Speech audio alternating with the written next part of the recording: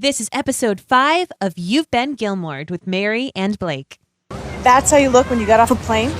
That's how you say hello? You've been stuffed in a glorified tin can for the last 7 hours, surrounded by people with consumption, diphtheria, scabies, hummus dip, rabid dogs, drugged up children, attacking your chair and stealing your change. What airline are you flying? You should look drawn and blotchy. You should be singing I Dreamed a Dream with a bad haircut while selling yourself to a bunch of French dock workers. But instead, you look perfect.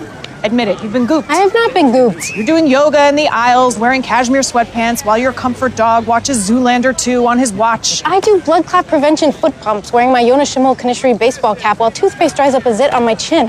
Wow, winded. Haven't done that for a while. Oh, good. La la, la la, la, la, la, la. All the way from Cranston, Rhode Island, welcome to You've Been Gilmored. It's a podcast dedicated to the show Gilmore Girls on Netflix. So grab yourself a cup of coffee or a pint of ice cream and enjoy the show.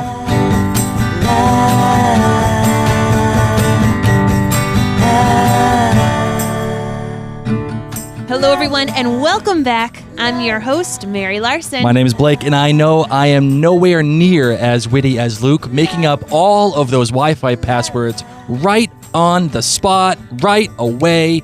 How is this? How does the man do it? How does the man just be amazing like Luke and be witty enough to make fun of everybody's Wi-Fi passwords? Love it. Fantastic. Love it. Love it. Love it. Love him. I love the Gilmore Girls, and I'm so happy it's back. You know, this was one of the coolest things because Thanksgiving is great. It's probably one of my favorite holidays. I have several favorite holidays. Yes, it's true. But it's definitely one of my favorite, and yet this Thanksgiving, there was like this extra little magic in the air. Oh, because a little bit. Everyone knew Gilmore Girls was coming out.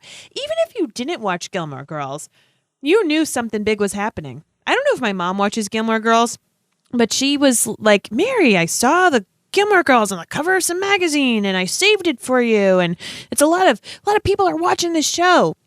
So I'm excited. Facebook Gilmore Girls has been trending for now several days. This, of course, being Sunday night. That means that the shows have been out now for 3 days. 3 full days, guys. And if you haven't watched all of the episodes, fear not, because this episode we're focusing just on the first episode, Winter. Of course, that episode was 90 minutes long. It's pretty much the first movie of Gilmore Girls, the season of Winter, and that is all we are covering. You are going to be safe. This is spoiler-free zone. Maybe we'll do a little spoilerage at the very end. Oh, I don't know. We should do. No. I don't think so. I'm feeling it. I'm not sure if I'm. You know what? Let's take a vote. Anybody in the Facebook room right now that's watching us live, please take a vote. And if we do talk some spoilerage things for future episodes, if you vote for that, we will. And now we've given you plenty of warning for those of you who have not watched any other episodes other than Winter. Although I don't know if you are listening to this podcast, that means you are a Gilmore Girls freak, just like me. You're a super freak. And I don't know if you are if you're listening to a podcast There's of Gilmore Girls, yeah. I'm sure that you've probably watched all 4 of them in a row right at midnight. People have lives. Let me tell you, I have several friends who are hardcore Gilmore Girls fans who have not had the time. This is a holiday weekend, okay? Maybe you could just sit around in your pajamas, or you were like us and we stayed up until way too late in the night to watch it. But a lot of people are busy. They have family in from out of town. They had prior commitments. Maybe they have little kids who don't sleep, who don't let them watch the Gilmore Girls. Mm-hmm. Shame on them. Little children. They need to go away. No, they need nonetheless, to go away. Let's. So we are going to be switching gears because we were doing some of the top 10 episodes of Gilmore Girls, and then Blake and I both got the flu. Oh yeah, it got really bad. Literally the flu. Who gets the flu? We did. We got the flu. So we are switching gears, and now we're talking about the newer episodes. However, that does not mean we won't go back. We will go back and do the rest of the episodes as planned that we have laid out in the show notes, and that we will lay out again in the show notes for this particular episode. But since the new episodes have come out, we figured, you know what? Screw it. Let's just talk about it. Let's have fun with it. Let's get everybody involved. in discussing it, and that would hopefully bring more listener feedback, which in my eyes is usually the entire reason why I do podcast, is to listen to you guys and to hear what you have to say about all this stuff. But now that we've explained away why we are moving from our top 10, my darling, what do you say we get into the GBG? Yes, please. Let's do it.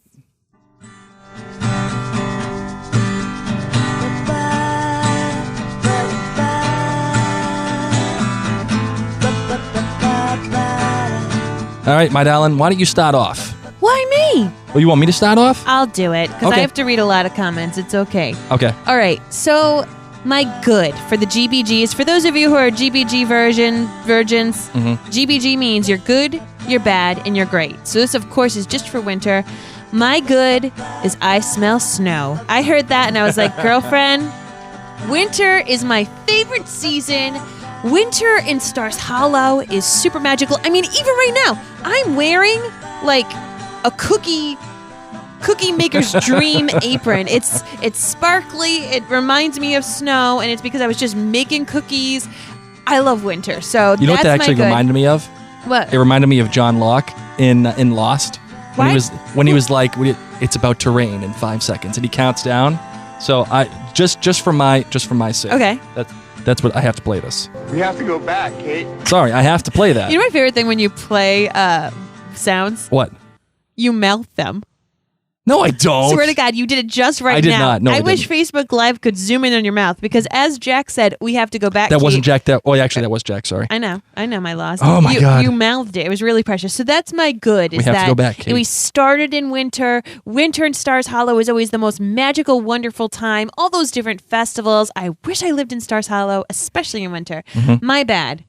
I had a couple, and I know I just had to pick one, and I'll discuss these other ones later in the episode.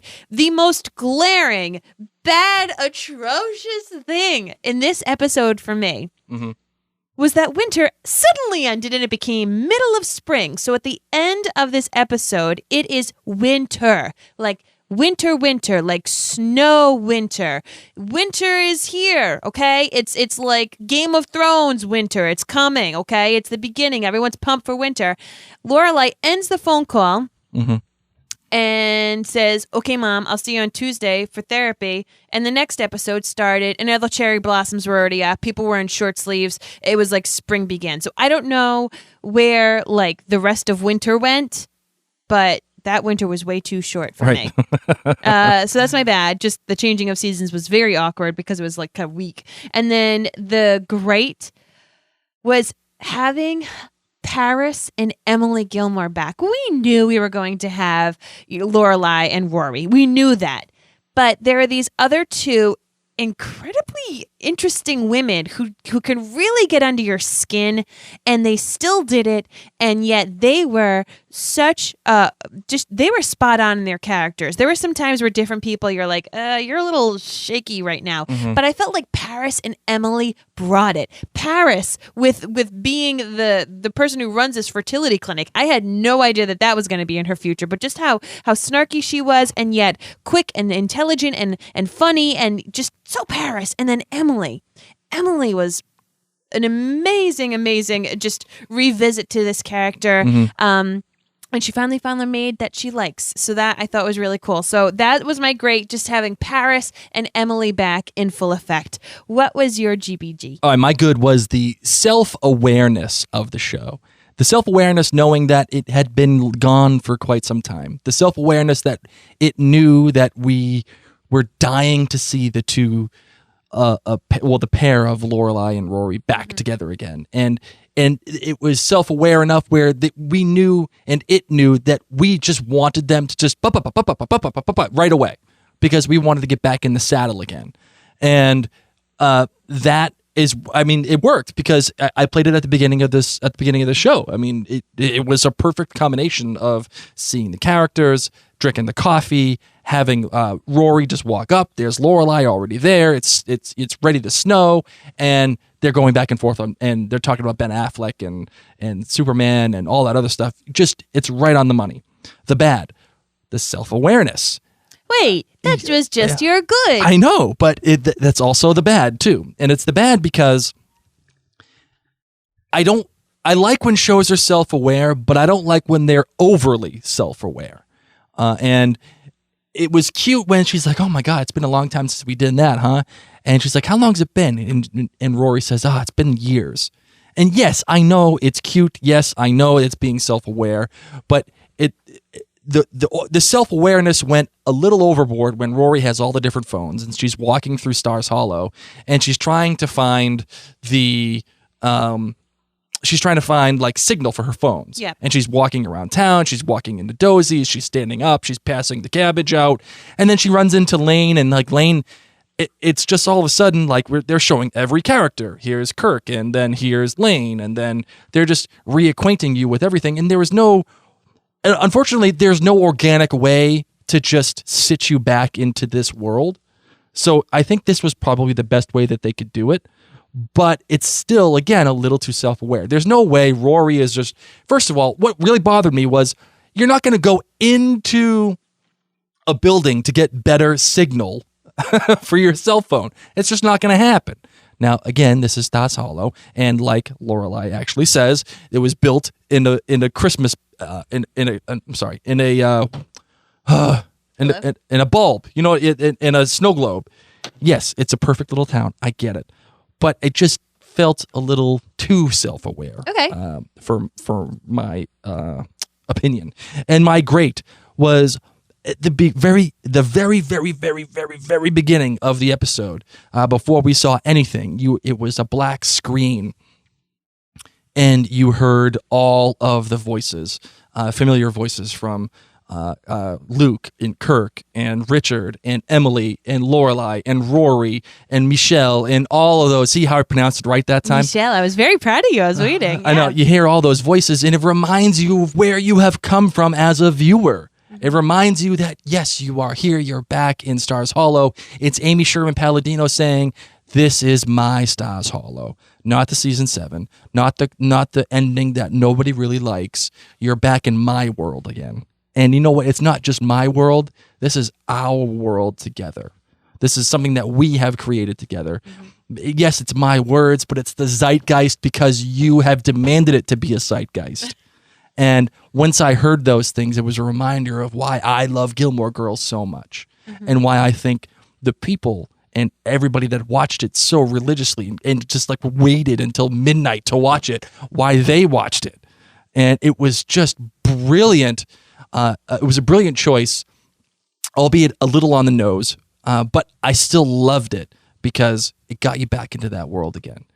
And getting back to the self-awareness, I remember when we talked about the pilot, I said the pilot was a near perfect pilot because it just set you into this world of Stars Hollow.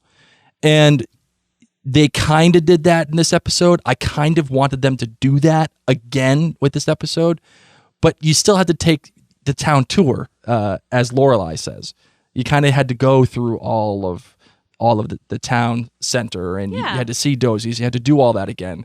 And that's the thing I go back and forth on. So my GBG has been way too long now. It's okay.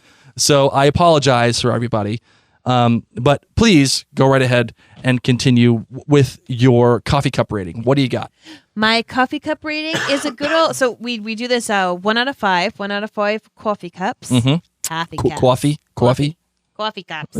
Have some coffee talk. I would give it a 4.5. This is the second episode in a row that I'm going higher than you, and I am damn surprised. Oh my goodness. I'm damn surprised. I would have thought this was going to be a 5 for you. But why is it a 4.5 and not a 5, which I would have bet the house on? I would have bet my brand new house that you would have given it a 5. Why are we... Okay, because Rory's all over the place. I can't tell when she's coming or going, where she is, how does she fly so quickly? That was one of the things that was very inconsistent with me. Secondly, WTF, Rory, stop sleeping around with an engaged man, okay? Pull yourself together. I'm sorry. I'm upset with you. You should have learned some things. You know what? On the other hand, you're 32. You're grown up. You can do what you want. It's okay. But I was like, really? Really? And you're lying to your mom? So that's what brought it down half a point, because there have been days where I shake my head at Rory Gilmore, and this winter season was one of them. Yep. So that's why I brought it down. How about you? Why did you rate it so much higher than me? All right, so I'm giving it a 4.8, which for me is almost a perfect rating. Quite literally, it is almost a perfect rating. That's pretty much perfect in But Blake's for me, standards. it is pretty much perfect. And it almost wasn't there. And the reason why it is not a 5 is because, again, you had the self-awareness thing, but this episode has to do so much. And this is why I suspect they did 90-minute episodes, because you, as the viewer, have to be reintroduced to the world. You have to be plopped back into Stars Hollow. You also have to get familiarity with the characters back again. But it also has to tell you that where all of these characters are in the current day and age, how things have changed, why Michelle is starting to feel the pressure of having to leave the business, why Suki is now not in the business, why Richard is not there. It has to deal with where Rory has gone, even though I don't necessarily quite buy where she has gone and what she has done. It has to sell you on her journalism. It has to sell you on the fact that she has grown as an adult. It also has to sell you on her relationship with Logan and why it's there and why it is the way that it is. But it also has this huge encumbering weight of setting into motion the rest of the series. And it doesn't necessarily do that, in my opinion, until about halfway through. It spends the first half of the episode just getting you back into the world. And then as soon as we find out about the story with Lorelei and Emily, and when Emily expected Lorelei to give the story and how things went awry from there, and then you start getting into the therapy, that's when it started to pick up. And that's when it started to feel like Gilmore Girls to me. Because it was done with all the other crap of getting you back into the world. It was excuse me. It was, now we can move forward with the relationship between the three generations of Gilmore Girls that we have already loved and established, and we can now take this into new heights. And because it did that, and it did it very well, it gets a 4.8. Okay. Right? So and so it's almost a perfect episode for me. But my love, you got a best line? Oh my gosh. But yes. Oh, I had the same best line as you. Did you really? I really did. Okay, well, I will give you the honor then. Okay. I'm sorry. Am I or am I not supposed to have sex with these women? Of course, said by Luke. He was so flippin' confused about surrogacy, and I loved it. Oh my God. I loved this fun little plot line. It was perfectly awkward and interesting, and I just loved it. He was so precious. So precious. All right, let's get into the show.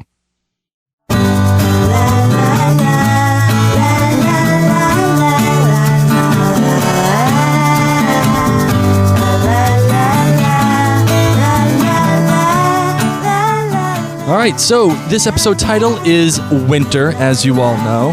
It was written by Amy Sherman-Palladino, the showrunner and creator of the Gilmore Girls, and it was directed by Amy Sherman-Palladino as well. And if you don't know, she actually directed 15 episodes of Gilmore Girls already. Okay. Big episodes.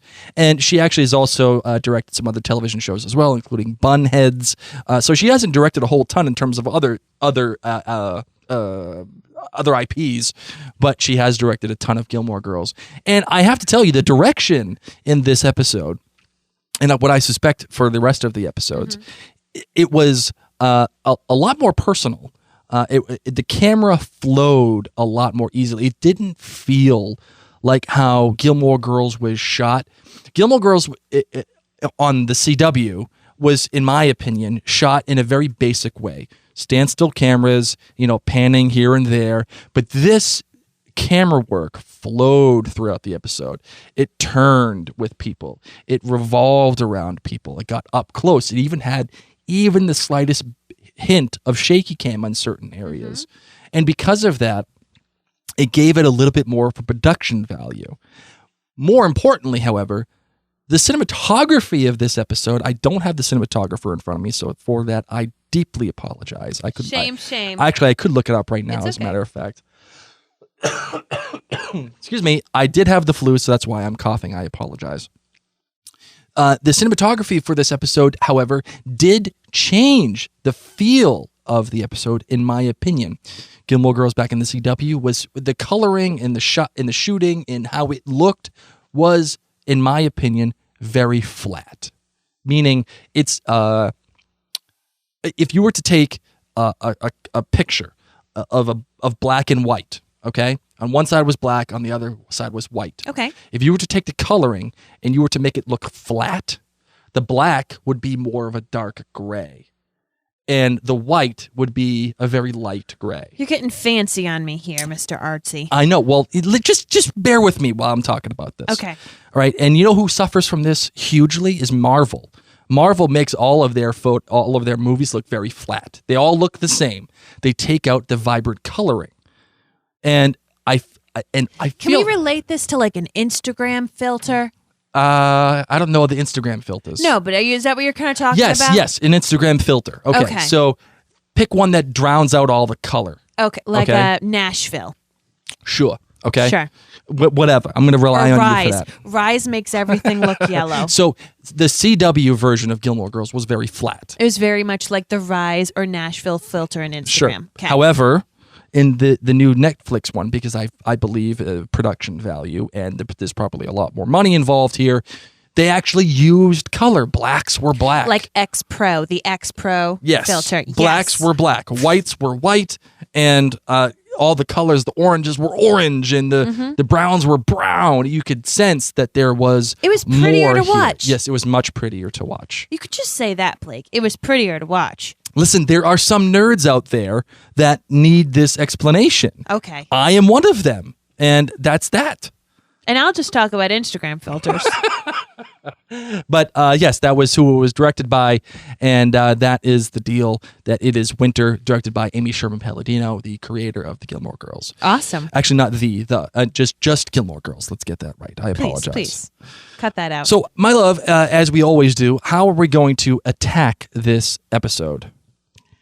I know I talk about winter being my favorite thing, and I know I talk about Gilmore Girls being like the happiest thing ever, but this episode, being that it's winter, is about death and things of old and things that are missing, and how you deal with grief and how you deal with change and missing people. And so I kind of wanted to talk about the bad things at first, like the rough things, starting off with Richard's death. Big. I mean, how could we not? How could we not talk about the elephant in the room?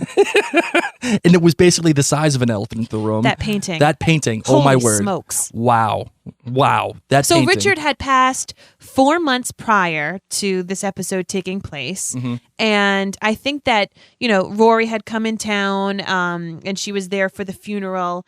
And gosh, grief, people handle grief in many different ways. And I think that you could almost take that as like the blanket statement for this season of Gilmore Girls. Is Rory sleeping with Logan because she's grieving the loss of, honestly, the central male figure in her life? I'm putting it on the table right away. Is that why she is sleeping with Logan, who she knows is in a relationship, who she's keeping it just open-ended? Girlfriend can't even find her undies, okay? Not once in this entire season does Rory find her underwear, the box with her underwear. She has her boxes strewn. Hey, time out. What? Time out. Spoilers. She doesn't find her undies. That's not a big spoiler. I'm sorry if I spoiled anything for you all. She doesn't find her undies, okay? That's what you get. You know what? As a matter of fact, I actually have to play it again. I'm sorry, okay? So she now has split her time and her possessions between New York, London, and Stars Hollow. And she's decided to give up her place in Brooklyn. I don't know. Is this happening because this is her way of grieving? Well, we actually have a comment in her. Bonita Elkins Vickery says, I'll tell you that she says, this is her speaking. I'll tell you, my husband was really upset with Rory. He expected more from her. He had big expectations. And to be honest, I did too. Now here's the problem. Are we just supposing that season 7 doesn't exist? Or are we going on the fact that season 7 does exist? Now, if you're a Gilmore Girls nerd, you're probably going to go with the fact that it does. And because it's there, you watched it, you enjoyed it, it's part of canon, okay? It has to be. Now, I expected more out of her because that's the way that she left. She had gotten rid of Logan. She had come into her own. She was moving on in her own life with the Obama campaign, although no mention of that at all in this episode. Politics was heavy this year. They had to be careful. Which is something I'm actually quite happy about. Sorry, our cat is attacking Mary. Our cat Khaleesi. So, yes, I'm glad that there was no mention of politics at all. But getting back to the root of your question, my darling, which is she falling apart because her main father figure in her life? Because Christopher, as much as he wanted to be the father, in the middle-ish 5th, 6th seasons, he wanted to be a father type to her. And he did try to pay for all the things. Richard was her father, essentially. And Luke was her father too, but Richard is the main driving force in her life. Is she screwed up because of Richard? Yeah, I definitely say so. Mm-hmm. But that also assumes that Richard has been dead for some time. And only 4 months, Blake. It's only that 4 is months. Not some time. I know, that's what I'm saying. So okay. Is she screwed up because Richard is dead? I don't know. I know I just said yes, but I don't know. But do we call this screwed up? Because I don't know if we... I don't know. What? Rory Okay, well, what human. is screwed up? I mean, what is screwed up? Living a gypsy-like and not Gypsy the mechanic, but gypsy-like existence, gypsy. Where you go from place to place, and you are Jack Kerouac, and you're taking peyote, even though you're throwing up everywhere. Well, you know what's weird is that Lorelei and Emily talk about grieving. They talk about being sad that Richard's gone, and I know that Rory says like this is sad, or it's weird that there's grandma but no grandpa. Mm-hmm. But aside from that, I don't really get to see Rory express a lot of grief, and so maybe that's how she's doing it. I know myself, I suck. I do. I suck. Neither of my parents have passed away, fortunately for me, but all of my grandparents pretty much had passed away before I even got to know them. So I've never lost someone super close to me. And when people around me lose someone very close to them, I get incredibly awkward. I say very stupid things. So I felt it with Lorelei. I would have done the same exact thing. I probably would have gotten completely sloshed like she did. Mm-hmm. And you know how Lorelei gets when she gets sloshed. I mean, she starts singing "I Will," and we all know "I Will Always Love You." If I had the sound queued up here, I would totally play it, but I don't, unfortunately. So that's how I kind of wanted to address winter. I mean, winter really is this season where things have died and they're kind of retreating and they're protecting themselves. And I think the different characters in this episode, the central characters, were either protecting themselves or they honestly were showing that a piece of them had died. So yep. I thought that was just an interesting way to look at Rory throughout this year. Is a lot of her choices, and we'll come back to in each episode. Could some of these choices be because she is mourning her grandfather? And sure. She just doesn't... I mean, gosh, you think about it, like the relationship that those two had. Mm-hmm. And it grew from... probably, I think it was like episode 3 or 4. She goes out and learns how to play golf with him. Like it grew so beautifully. So he was definitely missed. I think with Emily, mm-hmm. this was some of my most favorite moments of Emily Gilmore ever. Oh, in all yes. of Gilmore Girls, and that's why she was one of my greats. I loved that she had this ginormous painting of him. It was ginormous. And it was done by mistake, okay? Yes. And she admits that. And that to me, and this is one of the beautiful things behind Gilmore Girls, is that all of their interactions, Susan Castro actually chimes in. She says that Rory seemed unattached in the beginning, Alexis Bledel. She seemed unattached, and that she was just running her lines.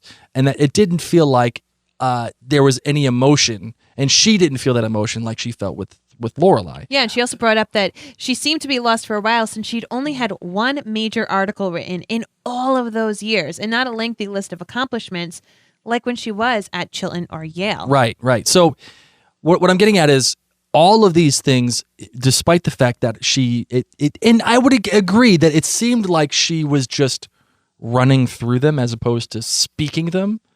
You know, she was yeah, okay, that's what I'm getting at.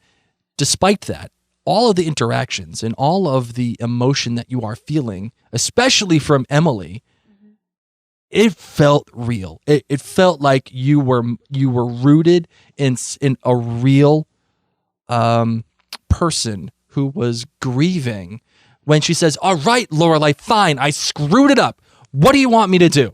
I don't want to get rid of it. I love him. It is here, and I have to acknowledge it." One of my favorite quotes, and I didn't want to say this as my favorite quote because it would be a total Debbie Downer, but she said, "I've forgotten what side of the bed to sleep on. I was married for 50 years. Yeah. Half of me is gone. I had a real partner for 50 years, and now he's gone." Right.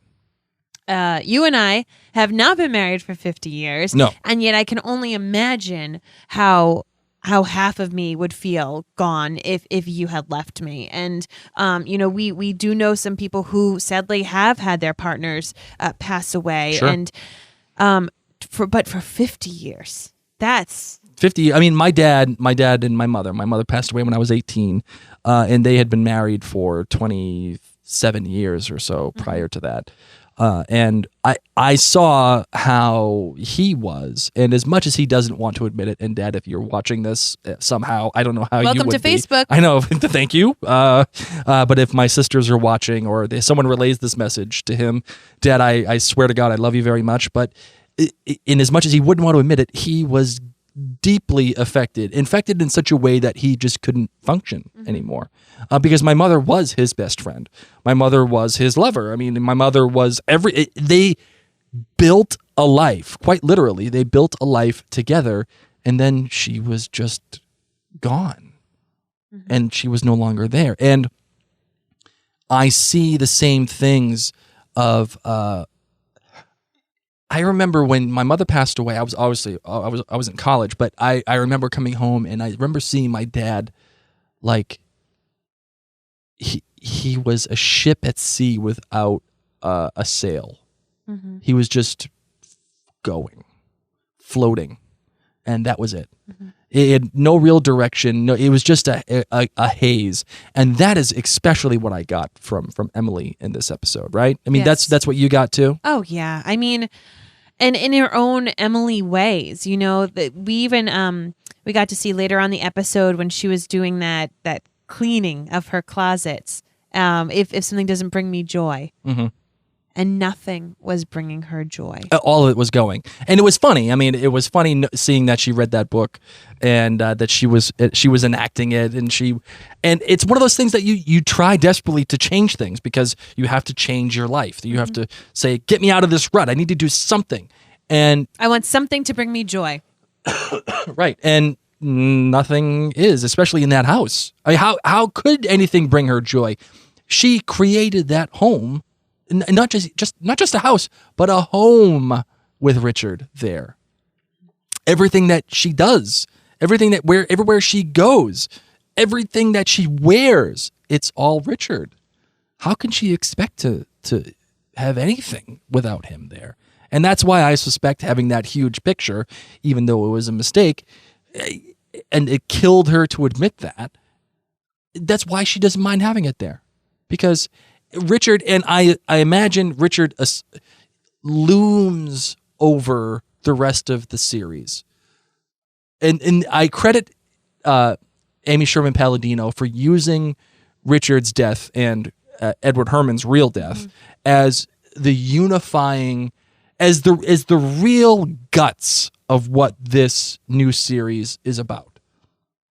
It's about how this male anchor of this family has passed away, and everything just kind of afterwards. It's the winter. It's, there's seasons of your life. I went to this really interesting, summit of women as we talked about changing through seasons of our lives. And we're talking about winter. We're talking about grief, and we're talking about death, and we're talking about being lost, being that lost ship that Rory even is, that Lorelei even is. I mean, heck, she does it in her different ways. She, of course, got incredibly drunk at the after party for the funeral. And the poor thing stayed late because she wanted to be there for her mom. Right. She just wanted to help out. Yes. So she had great intentions until she had too much gin. And then, it was tough because Emily, of course, wanted to hear these great stories of Richard. Emily should have known better. Emily should have realized my daughter isn't even cognizant. Yeah, but you see, that's the problem, though. Emily does know better, and she constantly picks at and needles. And despite the fact of how much she absolutely loves Lorelei, she still needles her constantly. And you knew she was just itching to get to Lorelei just to see what she would say. Like, if your mother is watching, thank you. But your mother picks on you sometimes, and she just needles you sometimes. I really hope none of our family watches this now. She needles you sometimes just because you're Mary, and that's that. And she wants to elicit a response sometimes. But this is what families do. And this is what I'm saying. This is real. And this is why the Gilmore Girls rocks, because it's so many moments you're like laughing and you're like, I smell snow, and they're getting parking meters but nobody's paying it, and Dosie's trying to get sewers, and oh la la la, and Kirk has a pig. But really they try to tackle some big time stuff, and they throw it back in your face that these people are real adults just like you and I, who have no effing clue what we're doing with our lives. Like, nobody does. And it makes you feel so good, because it's like when you go to those blog posts and their whole house looks like it's clean, but really it's not. It's not. All the crap's just behind them, behind the camera. That's what the Gilmore Girls shows you. It's like, look at, like, Hakuna Matata, okay? Right. Like, life, there are worries in life. There are tough things, but Lorelei is able to very frequently still keep a smile on her face. And that's why I love this show, because she has had a very difficult deck of cards handed to her. And the beauty of it, too, not only that, is we have them arguing in the kitchen, and Lorelei says to her, and now we're back in the kitchen where we always argue about everything we always argue about, and here you are. And then they go, and she starts walking out after Emily's, she says, get out, and would leave. And then Lorelei turns back and says, full freaking circle. Yep.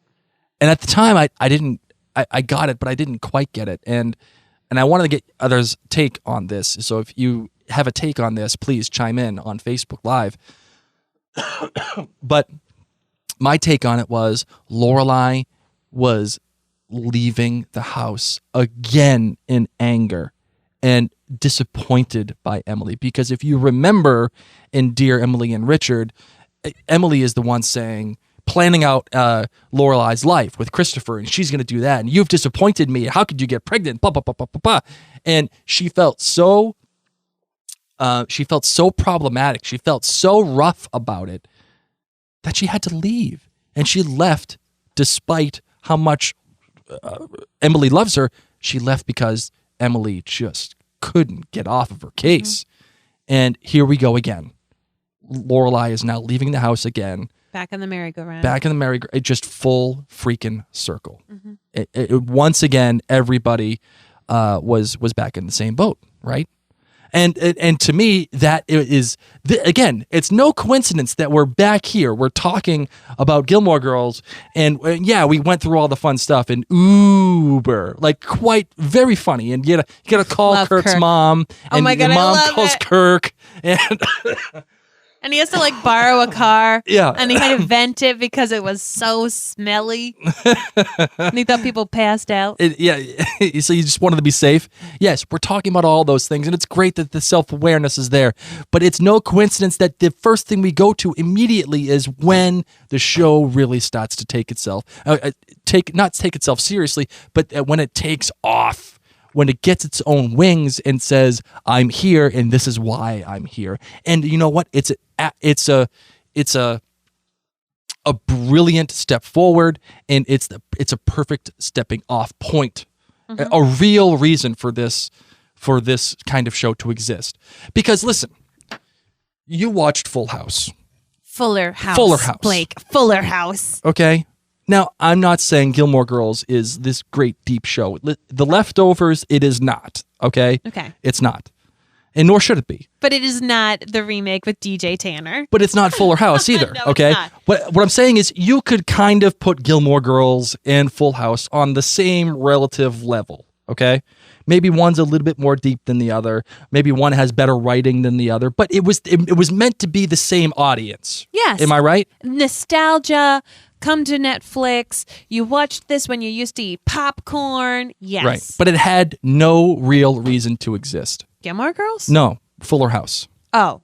It had no real reason to exist other than the fact that this is nostalgic and everybody nobody has a job. John Stamos has a job. Well, John Stamos is John Stamos, and he was a producer on it, so he was going to get the money anyway. But nobody else had a job, so they're like, hey, let's get the band back together. Let's just do it. However, Gilmore Girls had a story that it needed to still tell. That's what I'm saying. Yes. There was a purpose for all of this. So here's another thing And that's what it worried me, because like getting back into that, like if you ever watched Dumb and Dumber 2, you know, like Sadly, I did not, Blake. Okay, terrible film. Or any one of the like, even, it kills me to say this, the second Wall Street movie, Money Never Sleeps, just not a good film. It was okay, but it had no reason to exist other than the fact that it was a sequel to one of the greatest films ever made in Wall Street. And I desperately worried that I was going to watch Gilmore Girls and feel like, what am I watching this for? Because here's a good question. Does Gilmore Girls have a reason to exist in this world? We've already decided, yes, that it does. But is it still applicable in this world? It's, again, this show ended in 2006 or 7? Mm-hmm. So it's 7 years later or 9 years later, whatever it is. Yeah, 9. See, this is why I don't do quick math live. It's 9 years later. It's almost a decade now. Does it still apply in our world today with President-elect Trump and Syria and Fidel Castro dying and all these things going on? Does it still apply? And does it work? Does the quick bickering back and forth work in a world today? Is it just because of nostalgia? Or does it have a real reason? Well, that's it. I think they took the Gilmore Girls and they took it to a new level. And a lot of us, this might take like a second or third watching through to get this, but this was each of the Gilmore Girls, Emily, Lorelei, and Rory, were each through this season of winter really at a low questioning point. Mm-hmm. And I think that this is a good time. I mean, women are really, we just had like our first female, like nominee, yep. Not president-elect, but, like this is a big moment for women. And I think that that's something that the show does. And men, of course, go through a lot of emotions, but some of these things were things that only women could go through. Grieving and having a spouse pass is something that both men and women could go through. But for Emily Gilmore, she even says, like my checks or whatever still say like Mrs. Richard Gilmore. Mm-hmm. Like if your identity was so closely united, if the reason you went to the club was just because your husband played golf, if your identity is so linked to your husband, who are you then after? And finding yourself. And then Lorelei, of course, was dealing with, am I supposed to be having babies? Am I supposed to be married right now? Is that what, as a woman, I am supposed to be doing? Mm-hmm. Is that the life that my partner is expecting right now? And Rory, who everyone had put on a pedestal because she had done so well at Chilton and at Yale, was trying to find herself and what makes her happy. Right. And she hasn't found that yet. And that's And she's still struggling. I mean, she's doing things for free, like she's doing these things on spec. But But that's it. It's like these were all challenges. So you were just asking, is this still okay now? Is this a show that can still be plausible now? Yes, because this is they took the Gilmore Girls and the cute little high school banters and situations that Rory would go through, and now it's instead of Gilmore Girls, it's Gilmore women and adults. We said it in the last episode, adulting, that hashtag that goes around. Like adulting is hard, and this is what this episode of Winter taught us. But it also taught us to laugh again. Yes, it certainly did. Thank goodness. So for those of you who are like, oh my God, Mary, you made me so depressed about the Gilmore Girls, we're going to switch gears. I just had to do it, though, because it was winter, and I think that it was really, really poignant. I mean, seeing Emily Gilmore in a Candies shirt. And jeans. Seriously. Jeans. I need to go get that t-shirt, and so I can be her for Halloween this year. Oh, that my was God. out of control. Unbelievable. Luke constantly giving different passwords for the Wi-Fi. Just awesome. Just snap. And it feels like something I would totally do. You would totally do that, yes. Just to be a dick. But I loved the fact that Luke's as much as we have talked about evolution and how things have gone forward in the Gilmore Girls world, people have done certain things, but there are certain things that are just the same, which is Kirk. Kirk is just the same. And if you like Kirk, then you got a ton of Kirk. If you didn't like him, then I wonder why they chose to use so much of him. He is a good comedic foil. I will give him that. But Luke and Luke's is the same. Mm-hmm. It's you have the same signs, you have the same feel, you have the same people. Even though the world has changed, even though that everybody wants Wi-Fi now and everybody has their laptops out and nobody's talking, and you have Luke and he refuses to give out this Wi-Fi password because what the hell are you doing here then? Yeah, and part of me also assumes that it's a money thing too. Like if you're just sitting there watching Gilmore Girls on Netflix. And you're binging at your seat, you're not buying anything, number one. And number two, you're taking up a seat where somebody could come and buy something. So get the hell out, which I really appreciate that. Mm-hmm. And Luke, again, is just no nonsense. And I was almost disappointed to not be reintroduced to Luke in the diner. You were introduced to him. Still in the kitchen. In the kitchen, I agree, but at Lorelei's house. Making them a totally carb-fest dinner, might I add. He's like, I'm not making tater tots. Put those down right now. They're organic. Just great stuff. Are you happy that you were introduced to Luke at the house, or would you rather have seen him in action? I was happy to have him at that home. I have wanted him in that home. I've been wanting all those scenes in the bed just to see them doing. I mean, heck, it's been 8 years. 8 years. Nine. 2006. Okay, sure. 8 or 9, whatever. Who cares? Sorry. Whatever it is, I'm just happy I saw him at that home. He was very comfortable there, obviously. Paul Anka is very comfortable. I'm so glad Paul Anka is still there. I love Paul Anka. And the fact that the dog's name, I know we haven't talked about this yet, but the dog's name is Paul freaking Anka. Like, who names their dog Paul Anka? I mean, I guess it's the same people that name their cat Khaleesi.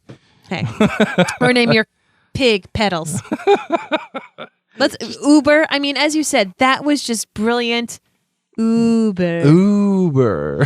Call my mom and give her a rating. And seeing Michelle back in what he does, and just being plopped into the fact that he's not answering the phones. And I did miss Sookie. Yeah, and I will say that this show... I was going to add that into the winter section about like missing things, but then I realized I was going down a dark path of doom, and I figured we needed a change of gear. But let's talk about missing Sookie. The show has two things from which it really suffers. One, Edward Herrmann not being there. Even though he does loom over the episode. Especially in that painting. And I imagine he will loom, like I said, over the rest of the 3 episodes to follow. His presence is certainly sorely missed because he was that good, calming, nice effect of a presence. And it also doesn't have the Sookie factor. Having Sookie there is Lorelei's other best friend. Mm-hmm. Like she could talk to Sookie about things that she couldn't with Rory. In as a character, you need that for Lorelei. I know that they've prided themselves on being this mother-daughter tandem. They're best friends. They go out into the world unto themselves, and they take over the world together. Great. But who's going to talk about Rory and her stealing a boat and getting arrested and not being able to have the money for Chilton? Who's going to talk to Lorelei about that? Certainly not going to be Emily. Certainly not going to be Mrs. Kim, by the way, who we saw again. Yes, you did. Thank you, Amy. It's not going to be Lane, who still looks like she could be 16. I called Amy. Amy is Amy Sherman Palladino, the showrunner. She personal. Oh, you just call her Amy? Yeah, we're on a first name basis. All right. She and I we're personal friends, and she actually heard about my bad for the overall season. That Mrs. Kim was that Mrs. missing? Kim was missing. Just all of a sudden, she told me, Blake, I get it. Don't worry about it. We got this covered. We're going to sprinkle her in. So, Amy, if you're watching, actually, I know you're watching. So, thank you quite very much for taking care of that for me. Good friends. Mrs. Kim's back. You need that relationship outside of Rory for Lorelei, because Lorelei has her own issues that she has to deal with, and she's not going to talk to Luke about certain things. She needs that sounding off board. That sounding And board. as much as we got to mourn Richard's death, and people talked about that, Lorelei talks about missing Sookie and how nobody fills Sookie's, job. No one does it well, and she wants to kick. I forget who the Roy chef was. Choi. I mean, yes, okay, yes. and that's another thing I have a slight bit of a problem about with, which is they're bringing in certain people to do cameos, which isn't necessarily a huge Gilmore Girls thing.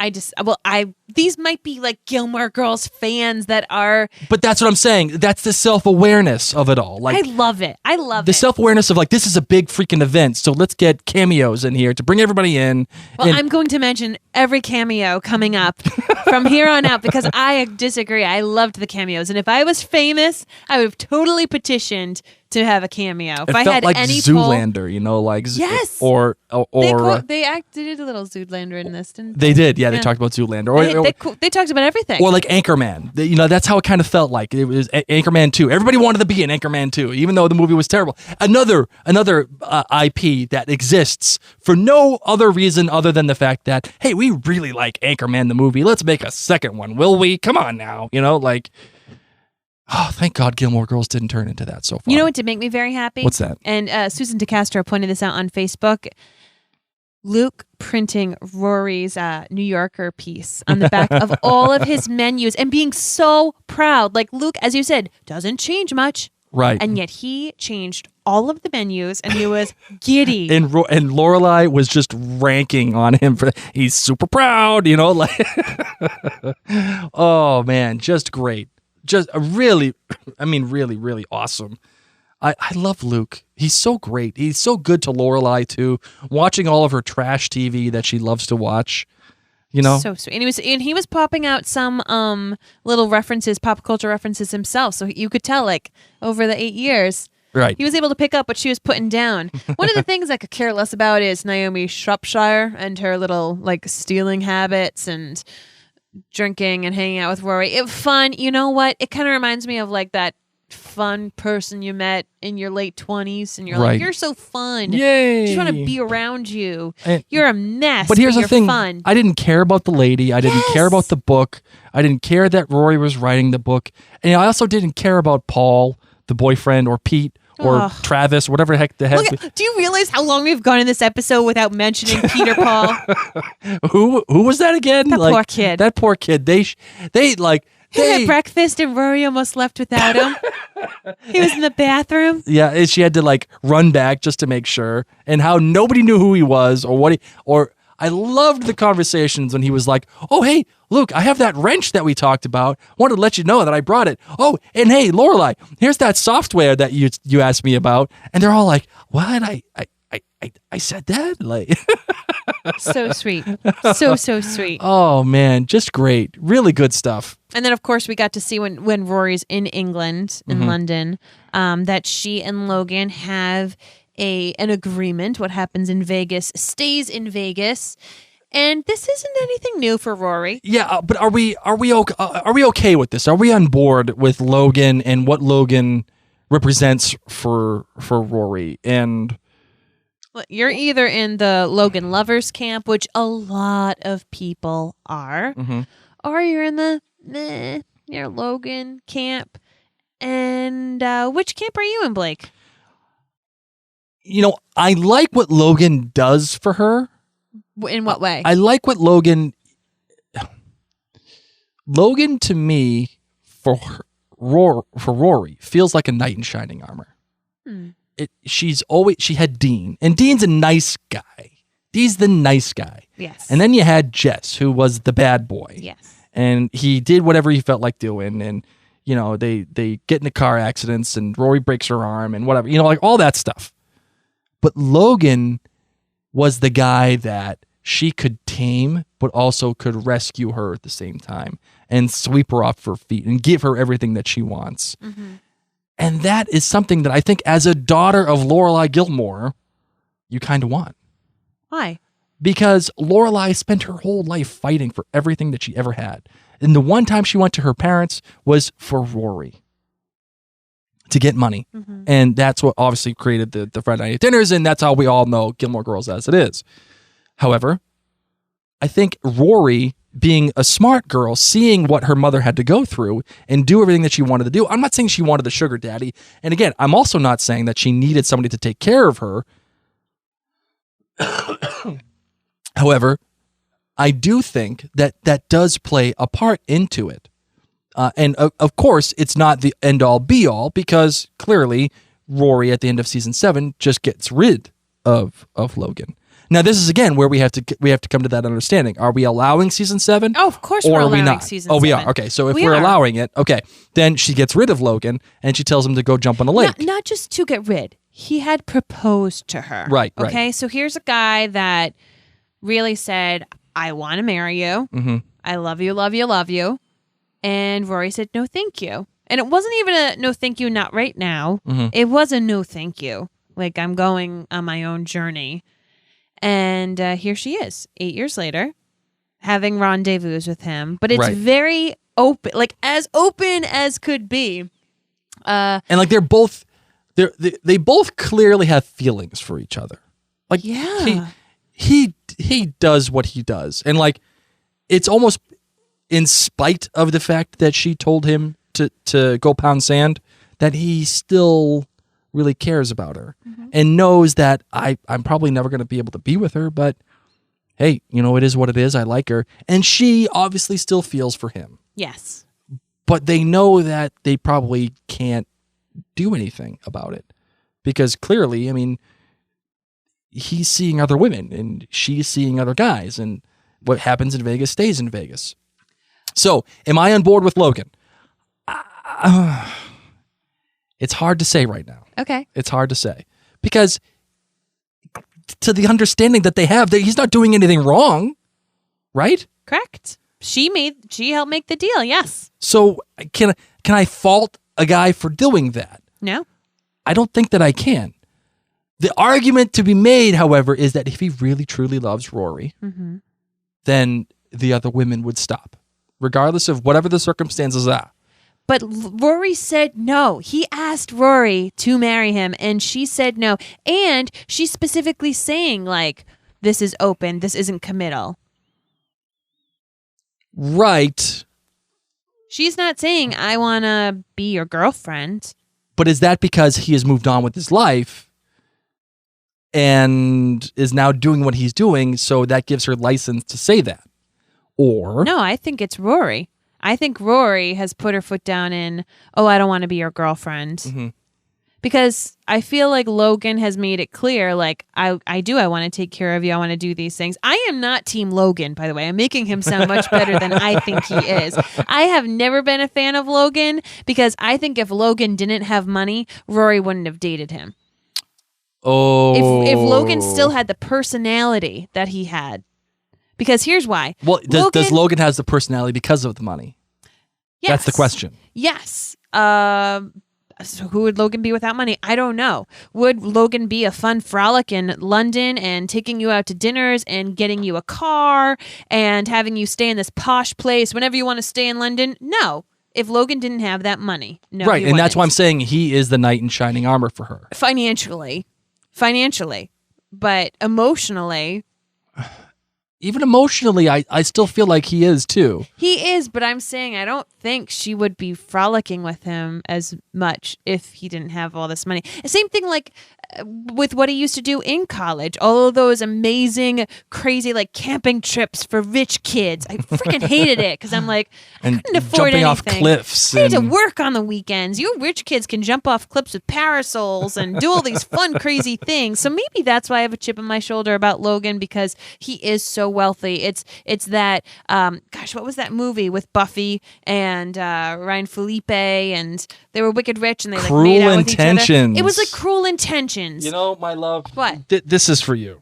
Bam! Just like that. A winner! Bringing up a Cruel Intentions reference Let me here. tell you, that's what Logan made me feel like. Logan, I was like, you should be in Cruel Intentions. You should just be one of those rich kids that can sleep around, that can do whatever they want because you're so posh. And look at me, I'm going to get you a car.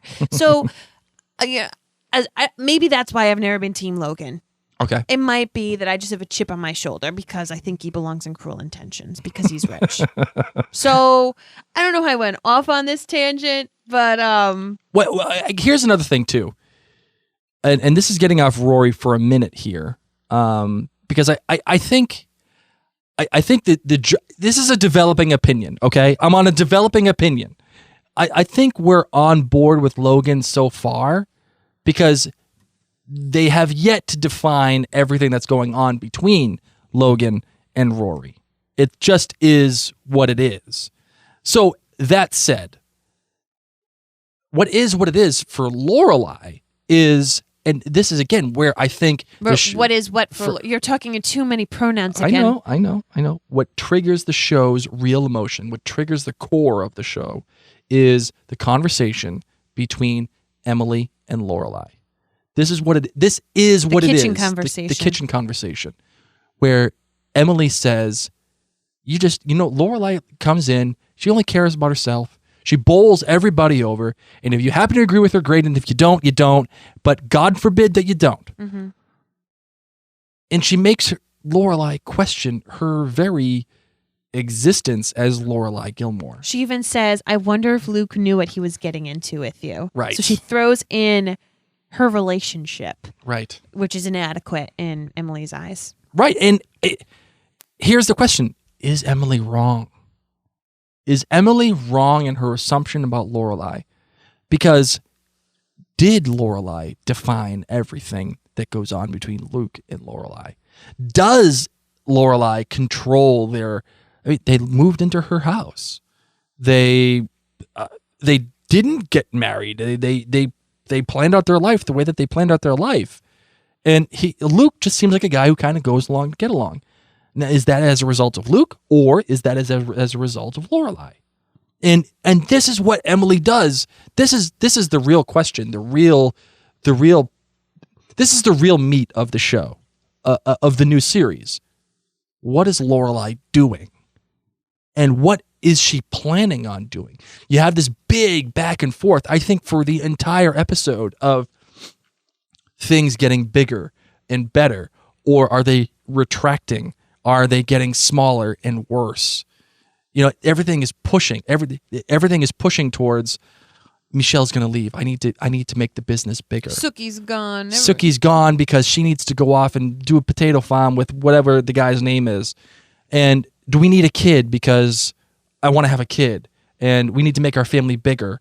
Do we need a fresh kid is how a fresh kid. That's how I refer to one. Right. Want to get a fresh one? So you have all of this give and take of but yet you have Rory coming back to Stars Hollow and she's gone off and done the bigger and better things, but she's kind of reverting back to Stars Hollow and being where she is. She's reverting back to Logan. And all of this stems from, what is Lorelei doing with her life? Is she just kind of there? Is she plowing everybody over? Is she doing what her mother says she's doing? And now I'm asking you this question right here, my love. Do you think that's what Lorelei Gilmore does? I mean, it could. I mean, No. No, you don't think so? No. I think other people go along with her or they don't go along with her. Mm-hmm.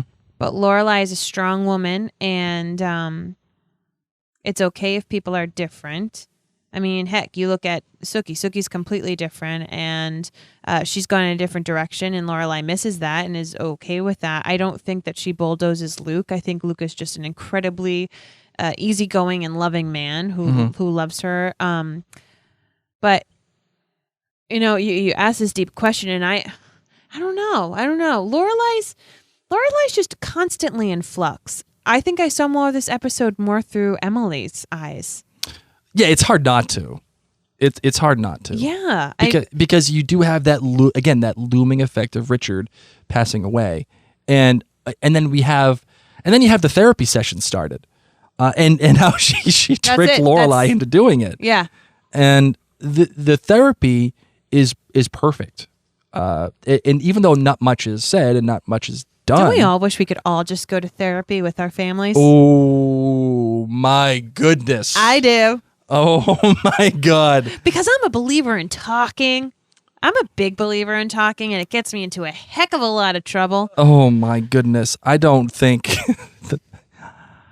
Oh boy. If anyone wants to go to therapy with me, you are more than welcome to if you hear this episode. I don't think... You call me up. When you need me. I don't think therapy with my family would be a good thing. The only way therapy with my family would be a good thing is if this played in the background the entire time. If you're out on the road, feeling lonely and so cold. Carole King made an appearance. She did. You want to know who else made an appearance twice? What? Gypsy. Gypsy made an appearance twice. Because Gypsy is Emily's maid. Emily, who finally found someone. Well, Gypsy's not Emily's maid. Yes, she is. No, she's not. Yes, she is. She is. The actress who plays Gypsy is also the actress who played the maid. Wow, did not see that coming. That's okay. A lot of people didn't. But you can look at the pictures, and it's her. I guess she auditioned for it, and just like on a whim. Wow. And she was hysterical and amazing, and they were like, sure, no one's going to recognize you. Blake Larson sure didn't get to recognize you. So I don't know. I mean... I guess that's kind of where I want to end things with Winter. It was a great start. The therapy, as you said, was a great way to kick things off. This is a huge episode. This whole season, it's really about Emily and Lorelai and these different seasons of life. Emily has lost the male figure in her life, the love of her life. Lorelai's trying to figure out, is this love enough? Is my love with Luke enough? Is it? And Rory is like the Black Eyed Peas said, where is the love? I wonder if Lorelai is thinking, is my love with Luke enough? Or am I enough for Luke? Yes. I think that's what it is. Yeah. Because those are different things. Is my love for Luke enough? Or am I enough for Luke? Is Luke just doing what I feel like doing? What I feel like he should be doing? I think that's what's happening, and my love, are you ready to close out the show, or do we have some other things to get to here? We have some voicemail, don't we? Yes, we do. As a matter of fact, let's get into some of the listener feedback. Okay. La la la la la la la la la la la la la la. All right, so we got a voicemail here from Denise. Denise chimes in. Denise, why don't you take it away, girlfriend? Hey, Mary and Blake, it's Denise. At Mary's request, I tried to throw something together after watching that again, so here it goes. Hey, Mary and Blake, it's Denise. I just wanted to chime in on the winter episode. After binging all 7 seasons of Gilmore Girls and had never seen it before, I couldn't wait for the new episodes to come, A Year in a Life. So I did watch them, and let's see, in winter, My good is just being back in the Stars Hollow. All the characters that are back. I love Kirk with his Uber, and then Taylor and his obsessiveness with all of his things in the town, and now he's all over the sewer system. So it's kind of good to see all of them back. My bad is that there was no Suki yet, and there's no opening theme. We need to sing the song with them every time. It just kind of makes it start off just right. And the great for me was Emily and Paris. I saw a lot of comments about Emily, but everybody forgot about Paris in this episode. And I thought she was just fantastic, classic Paris stuff. So for this episode, I'm going to say 4 cups. I was actually wavering on going a little bit lower, or I'm going to stick with 4 cups of coffee right now. And I have 2 good lines. And the one was when they were talking about Richard's portrait, and Lorelei sitting there, and she says, "Wizard, you shall not pass." So kind of a Harry Potter reference there. And then Emily told Lorelei at the funeral that she was surprised you didn't have a pizza ordered and delivered during the Ave Maria. And that was just a classic Emily. So I'm looking forward to spring and hearing what you guys have to say about winter. And can't wait to hear the podcast. Thanks a lot, guys. Talk to you soon. Bye. Denise, even though it was a Lord of the Rings reference, I'm still going to play this for you. Oh wait, no, my sound is down. Oh no, here it is. You're a wizard, Harry. Why are you playing that one? Because she thought it was a Harry Potter reference. Okay, See? now I'm listening. See, I got you. Okay, I got you. I got you. Oh, wait, before we move on, are we buying Paris as a woman who does the surrogacy stuff? Yes. Really? Yes. I see. I expected totally. It's a little convenient for the plot. I get it because it brings Paris in an organic way. Oh my gosh! But Paris getting a divorce, 2 kids. Yes. Now that is something. Doyle. I refuse to let Doyle and Paris be apart from each other. I refuse to let that happen. Although her explanation of how he was wearing t-shirts of bands he's never heard of before. Yes, loved. And I thought that was great. But this was like what? The only divorced couple in the show, and once again we're talking about adulting. Right. Real adulting, guys. Lane and the other guy with the twins. Look at Rory. Yeah. Rory's sleeping with another engaged man. Right. Doesn't know what's going on. Doesn't even have health insurance, anything like this. Has nothing. Nothing. And yet Paris is a millionaire now with the surrogacy business, who apparently does a really good job and has NPH as a client, and Brad and Angelina too. So I guess, hey, it is what it is. Olivia Price wrote in on Facebook saying that her good was Luke and Lorelei. Their chemistry is still so great, and Luke has the same amount of charm and sarcasm. Also, Taylor is still great. Olivia's bad was hands down Rory. Not a fan of the acting or her character right now, but Olivia's great. The scene with Lorelei and Emily in Emily's house when she is decluttering. Emily is hysterically funny, but also has a very heartwarming scene. Yeah. We got a glimpse into their relationship possibly improving. Celine Grazes here says on her GBG is the good was Luke and Lorelei, of course. The bad was Rory's forgettable boyfriend, Paul. And the great was Paris. Like I said, I've never been a huge Paris guy, but I get it. And the next one is Carol Elizabeth says 4.5 cups, and that will probably be the lowest that she'll go because she loved every single episode. Nice. The good was the initial scene of them back together and Uber and the Wi-Fi password at Luke's, and bad was probably the explanation of Sookie's absence. I'm gonna co-sign on that one too. Yes. I'll co-sign on that. And then the great was the favorite memory scene. It couldn't have happened any other way. And then seeing all the characters from Stars Hollow again. Rebecca Ann wrote in on Facebook. She said that her good was how many of the cast have reprised their roles and how they've done an amazing job recreating Stars Hollow. The bad was the plot and the dialogue felt a bit forced. And the great was Emily. Emily. Bethany Hashaway says, I'll give it 4 cups because of Lorelei and her mom not talking and Rory being here and there, of course. Laura Volpe Roach says, my bad is how Rory seems to only have one writing accomplishment in 10 years. There's a lot of Rory hate in this episode, and I get it. I really do. And it's some of it has to do with the acting. I think some of it has to do with how you're relating to the character. But again, it's hard to look past the fact that they have chosen to have Rory be this kind of gypsy-like existence with nothing to really show for it. How is that hard to believe? I'm not saying it's hard to believe. I'm saying that that's the way that it's written. So it's hard to like her because of it. Okay, it's real life. Look at all those 30-somethings, that we'll see in a little bit.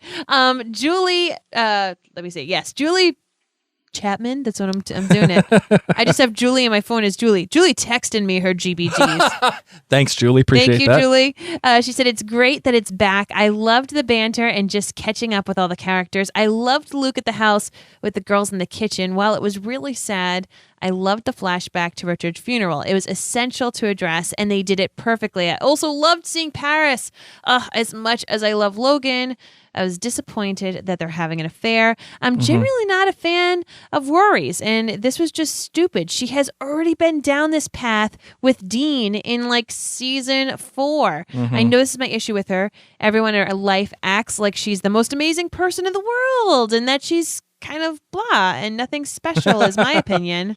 So that is what Julie weighed in. Susan DeCastro gives Kirk 5 cups of coffee. Caitlin Sullivan chimes in. She says, I can say that when I finished Winter, the first time, of course, before watching the others, that she was exhausted in the best way possible from the most amazing emotional roller coaster. And she thinks that she'll go with 4.9 cups. That's Caitlin, a girl after my own heart with the points. Thank you very much. I appreciate that. The actors seem to have a bumpy ride getting back into their roles, especially Alexis, and I truly hate to say that. But she also felt that the fighting was a bit intense. They are back, however, and she loved all of it. All right, it's time for some trivia. All right, let's do it.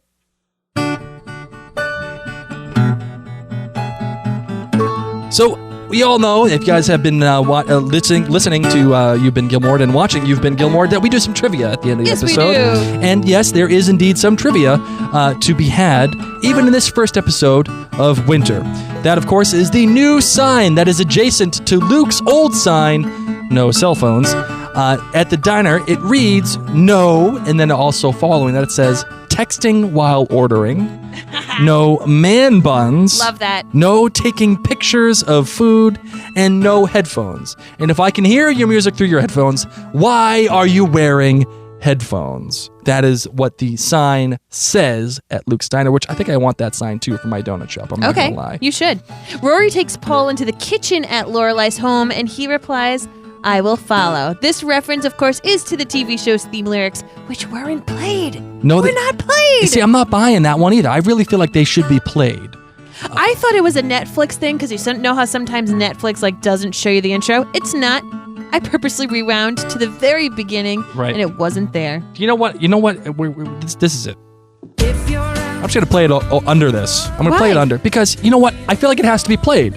Except there's words under it, so now it's going to be difficult to understand. I'm going to put it low. Okay. See, there you go. Lorelei mentions the famous Twin Peaks line, wrapped in plastic at Luke's Diner, when referring to the menu with her article on the back. Ray Wise, who played Leland Palmer in Twin Peaks, appears in this episode as Jack. That's right.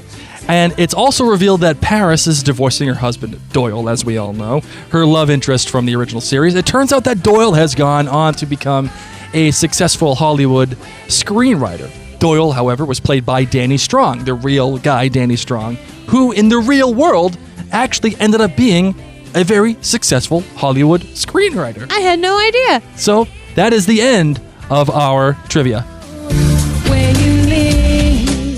There you go. I make up words every time. So, my love, are you? What are your final thoughts for Winter? Now that winter has arrived, winter has come. Winter has come. So, what do you got for Winter? What final thoughts? I just think snow is magical. It made me want to move to Stars Hollow. Oh yeah.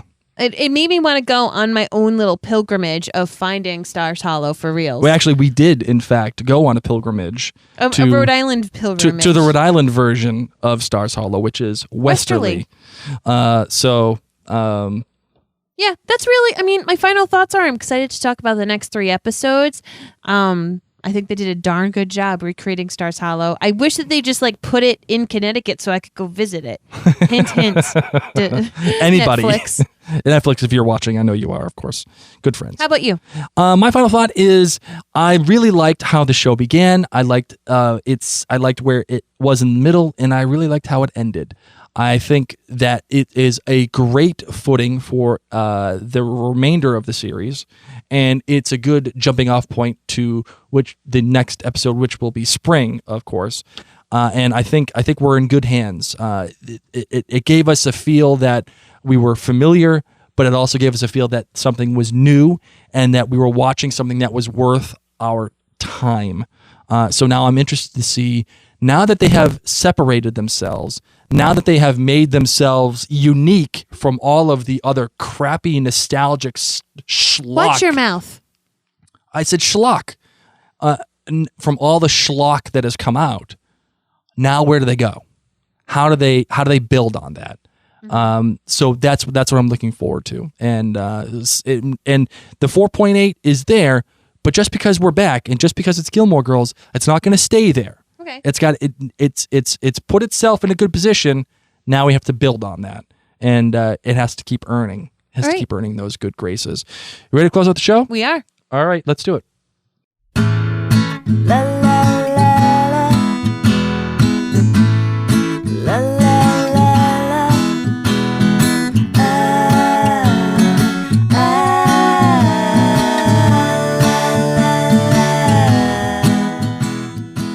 A ton of you were able to tune in on Facebook Live, and for those of you who want to tune in for it next time, you can head on over to facebook.com/Mary and Blake, and we will let you know ahead of time when we're going to be having these live casts. But of course, the next episode we're talking about is spring. That's right. So freshen up on your spring. Rewatch it.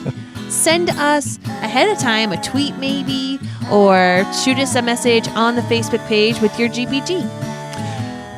Or you can check us out on maryandblake.co, where you can find all of our podcasts, all of our blogs, and everything that is there. This episode will be there, so if you do have a comment for us on the website, you can leave it there. We will find it, read it, and give it to you probably on the next episode.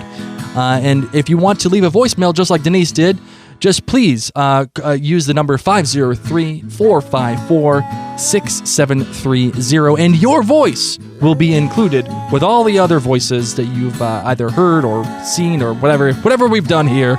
It will be included there as well. I think that's it. That's all I got, kiddo. That is. Until next time, ladies and gents, I'm Mary Larson. My name's Blake. And you've been listening to You've Been Gilmored.